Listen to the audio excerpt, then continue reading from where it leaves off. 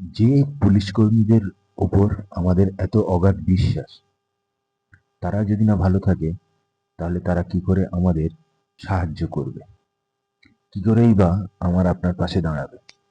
এই কথাটাই মনে করেছেন আমাদের বর্তমান মুখ্যমন্ত্রী। তাই তাই আজকের একটি অনুষ্ঠানে ভবানী ভবন থেকে তিনি আমাদের পুলিশ কর্মীদের জন্য এক বিরাট বড় ঘোষণা করলেন।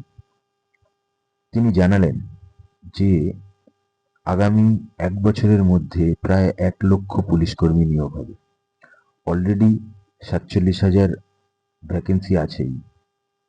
এছাড়াও পুলিশ কর্মীরা যাতে ভালোভাবে কাজ করতে পারে সেই জন্য তিনি বললেন যে অত্যাধুনিক অস্ত্র, অত্যাধুনিক গাড়ি, অত্যাধুনিক সাজে সজ্জিত হবে আমাদের পশ্চিমবঙ্গের পুলিশ বাহিনী। এছাড়াও পুলিশ কর্মীদের জন্য আরো যে আনুষঙ্গিক সুবিধা, সেই সব সুবিধাই সরকার থেকে প্রদান করা হয়। এছাড়াও আরো একটা বিরাট ঘোষণা তিনি করেছেন, সেটা হলো পুজোর আগেই ডিএ বৃদ্ধি। হ্যাঁ, যে ডিএ বৃদ্ধি কিন্তু পূর্বের গভর্নমেন্ট বা পূর্বের সরকার করেনি, করেনি বললেই চলে। যেটা করেছিল সেটা নামমাত্র। সেই ডিএ কিন্তু প্রায় 20% উনি এবারে অক্টোবর থেকে স্টার্ট করে দিচ্ছেন।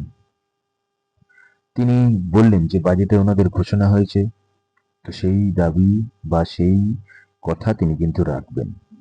আর আর শুরু হলো কিছু হেল্পলাইন, যেগুলো আপনারা এই ভিডিওর প্রথম থেকেই চলছে। এই হেল্পলাইন নাম্বারগুলোও তিনি চালু করলেন।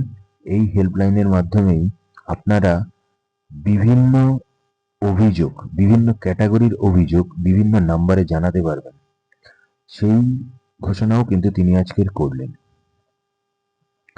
আর কি করলেন?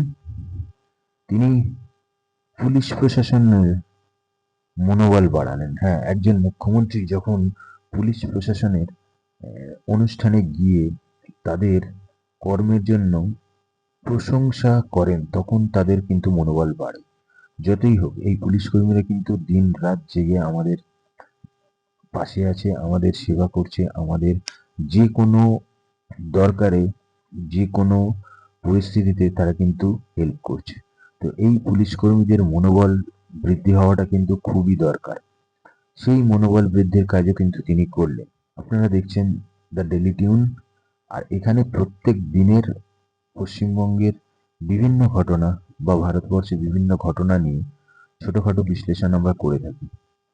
যদি আপনাদের চ্যানেলটা ভালো লাগে তাহলে সাবস্ক্রাইব করবেন আর নোটিফিকেশন বাটনটা কিন্তু অন করে দেবেন।